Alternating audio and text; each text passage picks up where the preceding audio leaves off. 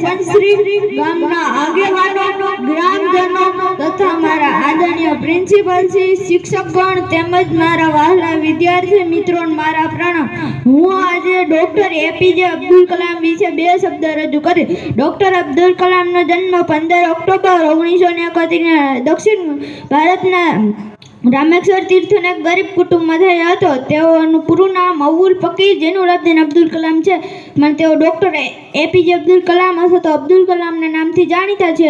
સ્થાનિક શાળાએ metric pass કરી કોલેજના વિદ્યાર્થી બન્યા।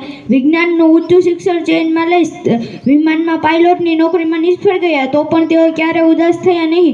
આગળ જતાં તેઓ સંરક્ષણ સંશોધન વિભાગમાં કામ કરતા તેઓને રોહિણીની જવાબદારી સંભાળવામાં આવી। ત્યારે તેમણે તેમની આગેવાની ઉપર 3 મિસાઇલ છોડી, અગ્નિ, પૃથ્વી અને ત્રિશુલ। આજથી દેશની સંરક્ષણ શક્તિમાં વધારો થયો। ઈસવીસન 1990ના પ્રજાસત્તાક દિવસે તેઓ પદ્મભૂષણથી સન્માનિત કરવામાં આવ્યા। તેઓ વૈજ્ઞાનિક સલાહકાર અને પ્રધાનમંત્રી પણ રહ્યા। 27 જુલાઈ 2002ના દિવસે આપણા મહાન વૈજ્ઞાનિક દેશના 11મા રાષ્ટ્રપતિ સરળ સ્વભાવના ડોક્ટર કલામે લોકચાહના મેળવી। 25 જુલાઈ 2015ના દિવસે તેઓ શિલોંગ વિદ્યાર્થી સાથે ગોષ્ઠ કરતા તેઓને હૃદયના રોગથી મૃત્યુ થયું। આવા મહાન વીરો માટે કોટી કોટી ધન્યવાદ। જય હિન્દ, જય ભારત।